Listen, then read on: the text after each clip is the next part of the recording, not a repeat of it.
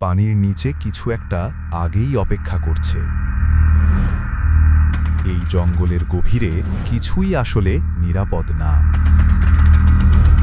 প্রতিটা পদক্ষেপ ঠিক করে বাঁচা না মরা। এই জায়গাটা শুধু প্রকৃতি নিয়ন্ত্রণ করে। একটা হরিণ ধীরে ধীরে নদীর দিকে এগোচ্ছে। পানিটা একদম স্থির মনে হচ্ছে, কিন্তু এই স্থিরতাই অনেক সময় বিপদের ইঙ্গিত। কিছু একটা ভুল মনে হচ্ছে, কিন্তু এখন বুঝতে দেরি হয়ে গেছে। পানির ভেতরে আগেই কিছু একটা আছে। একটা বিশাল সাপ পানির নিচে চুপচাপ নড়ছে। এটা কোনো শব্দ না করে শুধু অপেক্ষা করছে। প্রকৃতি তার শিকারীদের খুব ভালোভাবে লুকিয়ে রাখে। হঠাৎ 1 সেকেন্ডে সবকিছু ভেঙে যায়। সাপটা পানি থেকে আক্রমণ করে। হরিণটা মুহূর্তেই ভয় পেয়ে যায়। এখন আর প্রতিক্রিয়া দেওয়ার সময় নেই। নদীটা এখন সম্পূর্ণ বিশৃঙ্খলায় পরিণত হয়। প্রতিটা নড়াচড়া এখন বাঁচার লড়াই।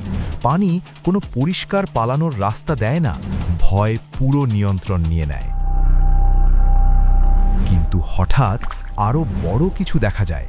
সাপটা এখানে সবচেয়ে বড় শিকারী না, একটা কুমির গভীর পানি থেকে উঠে আসে। শিকারী মুহূর্তেই শিকারে পরিণত হয়। ধীরে ধীরে আবার নদীতে নীরবতা ফিরে আসে। পানি ঘটে যাওয়া সব কিছু বয়ে নিয়ে যায়। একটা জীবন বেঁচে যায়, অন্যগুলো হারিয়ে যায়। প্রকৃতিতে বিপদ কখনো একা আসে না।